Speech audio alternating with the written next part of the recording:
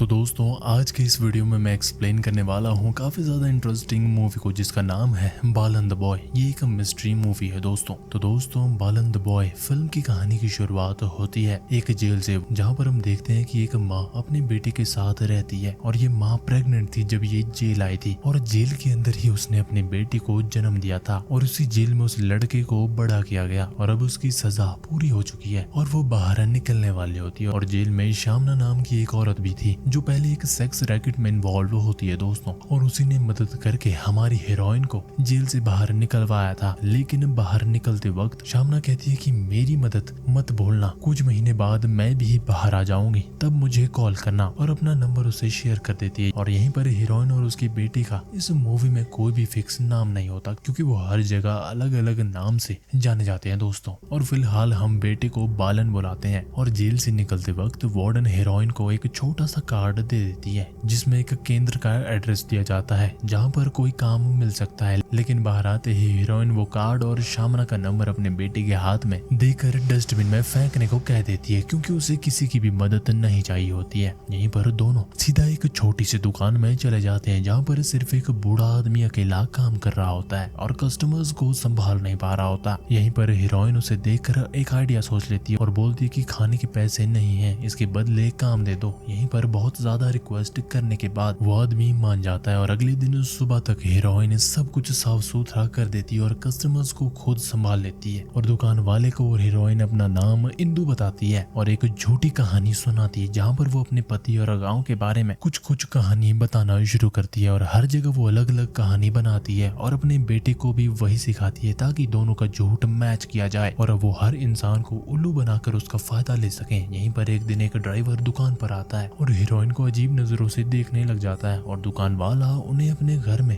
रहने का ऑफर दे देता है और वो भी अपनी बेटी मानकर। लेकिन हीरोइन को कोई भी अटैचमेंट पसंद नहीं था, इसीलिए अगले दिन वो दुकान बंद करके चुपचाप वहाँ से सब कुछ छोड़ छाड़ कर चले जाती है। अब वो अलग अलग जगह काम ढूंढना शुरू कर देती है और हर जगह नया नाम, नया धर्म, नई कहानी बताना शुरू करती है। मतलब उसकी आइडेंटिटी को पकड़ना ही अभी इतना ज्यादा मुश्किल हो चुका है क्योंकि वो हर जगह एक अलग पहचान रखती है और अलग अलग कहानियों के साथ जानी जाती है। यहीं पर वो अपने बेटे को भी हर बार नया सबक सिखाती है और खास तौर पर कहती है कि पुलिस से कभी भी बात मत करना। और एक कंस्ट्रक्शन साइट पर हम देखते हैं कि काम करते वक्त वहीं पर पुराना ड्राइवर फिर से देखने को मिलता है और फिर से वो उन पर शक करने लग जाता है। लेकिन हीरोइन अपना नाम मैरी बताती है और उसे कहती है कि लैंडस्लाइड में उसका घर और पति दोनों चले गए थे। यहीं पर ड्राइवर सवाल पूछना शुरू करता है कि घर का कलर क्या था, पति का नाम क्या था, और सब कुछ वो पूछने लग जाता है क्योंकि वो काउंटर क्वेश्चनिंग करना चाहता है क्योंकि उसके मन में कहीं ना कहीं उनके प्रति एक शक है। इसके बाद हीरोइन बिना हिचकिचाए सब सही जवाब दे देती है क्योंकि उसने अपने बेटे को भी ये कहानी रटा कर रखी थी। बेटा वही जवाब देना शुरू करता है जो माँ ने सिखाया होता है दोस्तों, क्योंकि वो तो एक छोटा भोला सा बच्चा है, जो उसे उसकी माँ कहेगी वो वही करेगा। यहीं पर बेटा भी वही जवाब देता है जो माँ ने सिखाया था। इससे ड्राइवर का शक थोड़ा सा कम होने लगता है क्योंकि उसकी बात डबल चेक हो चुकी है। लेकिन फिर भी हीरोइन दोबारा वहाँ से निकल जाती है। इसके बाद वो गिरिजा नाम की एक महिला के घर पर नौकरानी बनकर रह जाती है जहाँ पर वसुदेव नाम का एक लड़का होता है जो लगभग बालन की उम्र का होता है। यहीं पर गिरिजा का पति गल्फ में होता है और सब लोग वहाँ पर जाने वाले होते हैं। और एक दिन वसुदेव के डॉक्यूमेंट्स बनवाने के लिए हीरोइन शहर जाती है और वापस आने पर पता चलता है कि वसुदेव एक एक्सीडेंट में मर गया है। यहीं पर हीरोइन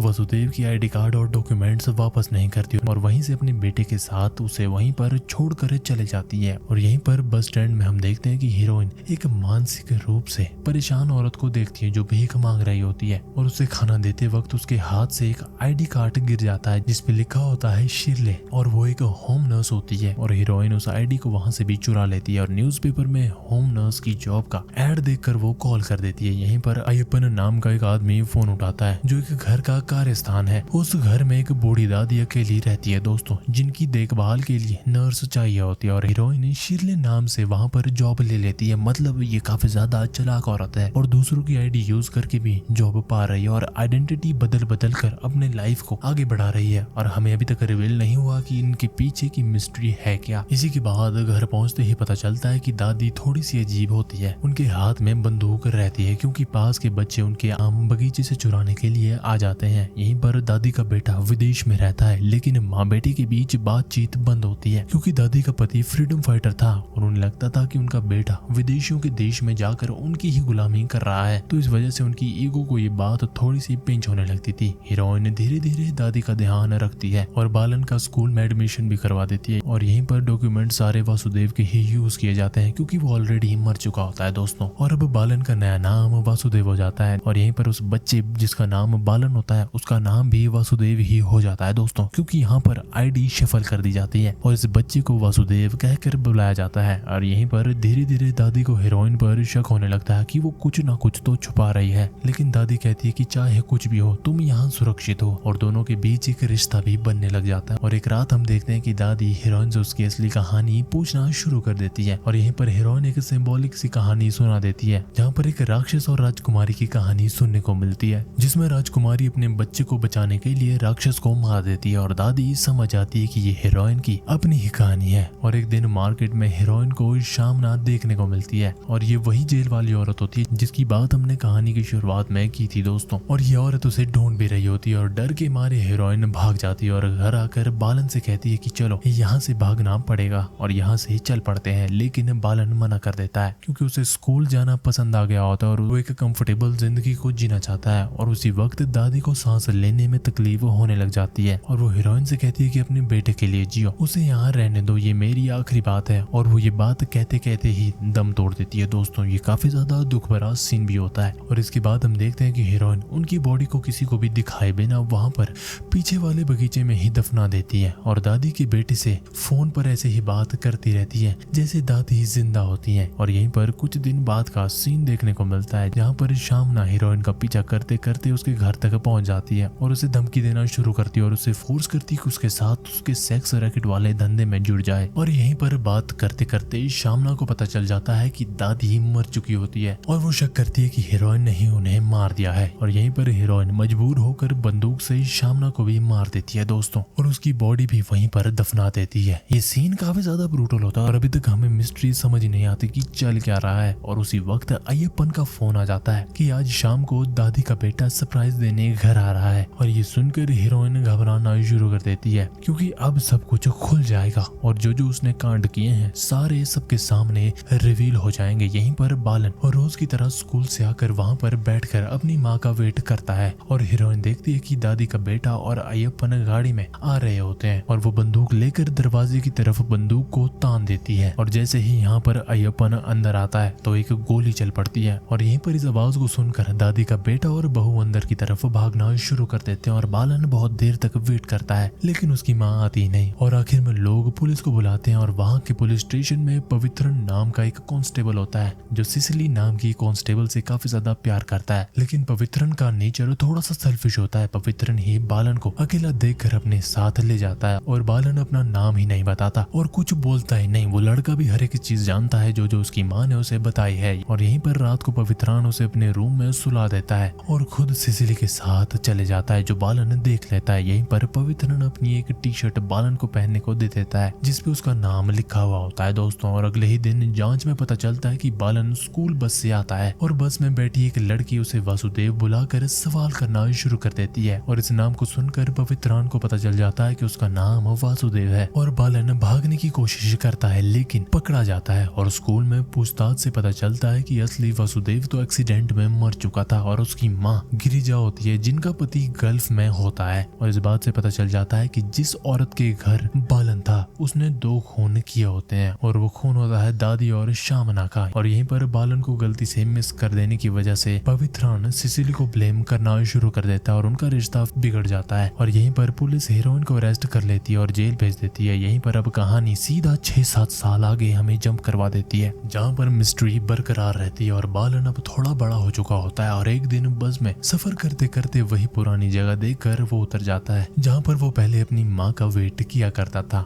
वो अपनी माँ को ढूंढना शुरू करता है और दादी के घर चले जाता है जो अब खंडर बना पड़ा है। वहाँ के बच्चों से पता चलता है कि हीरोइन को अरेस्ट कर लिया गया था और बालन सीधा पुलिस स्टेशन चले जाता है जहाँ पर अब पवित्रन सीआई बन चुका होता है और सोमासीकरण हेड कांस्टेबल। यहीं पर सिसिली वहाँ पर होती ही नहीं और किसी और से वो शादी करके चली गई होती है। और बालन पवित्रान से अपनी माँ के बारे में पूछताछ करता है और यहीं पर पवित्रान काफी ज्यादा गुस्सा करने लग जाता है क्योंकि उसका मानना यह होता है कि बालन की वजह से ही सिसिली उसके हाथ से निकल गई थी। और यहीं पर सुमाशी करण बालन को दूसरे ऑफिसर का नंबर दे देता है जिसने हीरोइन का केस हैंडल किया था, और उस ऑफिसर से पता चलता है कि जेल में हीरोइन बहुत ज्यादा वायलेंट हो गई थी और अपने बेटे को मांगती रहती थी, इसीलिए उसे मेंटल हॉस्पिटल में शिफ्ट कर दिया गया है। और यहीं पर 2 साल वहां पर रहने के बाद कोई भाई बनकर उसे ले गया है जो असल में पवित्रान ही था। यहीं पर गुस्सा होकर बालन वापस पुलिस स्टेशन पे चले जाता है क्योंकि इस बात को उस पुलिस वाले ने इससे छुपाया था। लेकिन पवित्रान माँ का पता बताता ही नहीं और बालन रोज रोज जाकर हंगामा करता है, कलेश करता है और अपनी माँ को ढूंढता रहता है। और आखिर में बालन डील ऑफर करना शुरू कर देता है। वो कहता है कि अगर मुझे मेरी माँ मिल जाए तो मैं तुम्हें एक पुराना वांटेड क्रिमिनल अब्बास दिखा दूंगा जिसकी फोटो नोटिस बोर्ड पर लगी हुई होती है दोस्तों। और यहीं से फ्लैशबैक शुरू होता है और कहानी काफी कुछ रिवील करना शुरू कर देती है। और हमें पता चलता है कि जब बालन पुलिस स्टेशन से भागकर एक ट्रक में चढ़ जाता है तो उसी ट्रक में अब्बास भी चढ़ा होता है जो अभी अभी एक बैंक रॉबरी करके आया होता है। और दोनों केरला और कर्नाटका की बॉर्डर पे उतरते हैं और अब्बास बालन को